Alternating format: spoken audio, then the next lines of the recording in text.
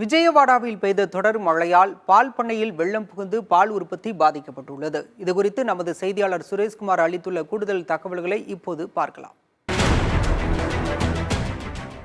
ஆந்திராவை புரட்டி போட்டிருக்கூடிய இந்த மழை வெள்ளத்தால் மக்கள் ஒருபுறம் பாதித்துக் கொண்டிருக்கூடிய சூழலில் இங்கு பல தொழிற்சாலைகளும் இந்த மழையால் பாதிக்கப்பட்டிருக்கிறது. தற்போது நாம் இருக்கக்கூடிய ஒரு தனியார் பால் உற்பத்தி நிறுவனத்தினுடைய தொழிற்சாலை இந்த மழையால் முற்றிலும் பெரிய பாதிப்பை சந்தித்திருக்கிறது.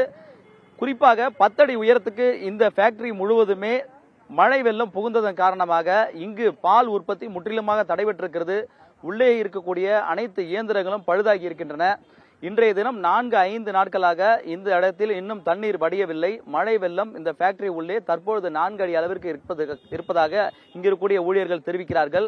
நாளொன்றுக்கு இந்த பால் பண்ணையிலிருந்து சுமார் 30 லட்சம் லிட்டர் பால் உற்பத்தி செய்து இந்த மாநிலம் முழுவதும் அனுப்பி வைக்கப்பட்ட ஒரு மிக முக்கியமான ஒரு தனியார் ஃபேக்டரி.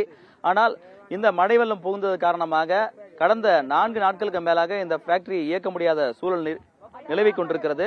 அதே வேளையில் இந்த ஃபேக்டரியிலிருந்து பால் மட்டுமல்லாமல் நாள்தோறும் 25 லட்சம் லிட்டர் தயிர் மற்றும் நெய், ஐஸ்கிரீம், அதே போன்று பன்னீர் உள்ளிட்ட பல்வேறு பால் சார்ந்த பொருட்களும் இங்கிருந்து உற்பத்தி செய்து அனுப்பி வைக்கப்படும்.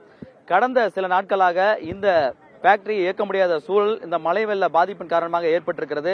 மேலும் இந்த ஃபேக்டரி மூடப்பட்டு தற்போது இருப்பதன் காரணமாக 2000க்கும் மேற்பட்ட தொழிலாளர்கள் தற்பொழுது வேலைக்கு வர முடியாத நிலையை தவித்து வருகிறார்கள். அதே போன்று இந்த ஃபேக்டரியை மீண்டும் பயன்பாட்டு கொண்டு வருவதற்கு மேலும் 10 முதல் 15 நாட்கள் வரை தேவைப்படலாம் என இங்கு இருக்கக்கூடியவர்கள் தெரிவிக்கிறார்கள். நமது ஒளிப்பதிவாளர் விஜய் காட்டிக் கொண்டிருக்கிறார். இந்த ஃபேக்டரியின் உள்ளே இருக்கக்கூடிய லாரிகளில் நாம் பார்த்தாலே தெரியும், அந்த லாரியே பாதி அளவுக்கு மூழ்கி இருக்கிறது. அதே போன்று ஃபேக்டரியின் உள்ளே சென்று ஏராளமான தண்ணீர் புகுந்ததன் காரணமாக அதில் இருக்கக்கூடிய தண்ணீரை வெளியேற்றுவதற்கான முயற்சியில் ஈடுபட்டுக் கொண்டிருக்கிறார்கள். இருந்த போதிலும் இங்கு இருக்கக்கூடிய எந்த விதமான பொருட்களையும் தற்போது நிலையில் இயக்க முடியாது. அதன் காரணமாக உள்ளே அன்றைய தினம், அதாவது சனிக்கிழமை அன்று இந்த ஃபேக்டரியின் உள்ளே வெள்ள நீர் புகுந்ததாக தெரிவிக்கிறார்கள். அந்த சூழலில் உற்பத்தி செய்த எந்த பாலையும் கூட வெளியே கொண்டு செல்ல முடியாத அளவுக்கு அவையெல்லாம் வீணாகி இருப்பதாக கூறுகிறார்கள். ஆகவே இந்த விஜயா பால் பண்ணையில் ஏற்பட்டிருக்கூடிய இந்த இழப்பு என்பது இந்த மழை வெள்ளத்திற்கு ஒரு மிகப்பெரிய சான்றாக அமைந்திருக்கிறது. புதிய தலைமுறைக்காக ஒளிப்பதிவாளர் விஜயுடன் சுரேஷ்குமார்.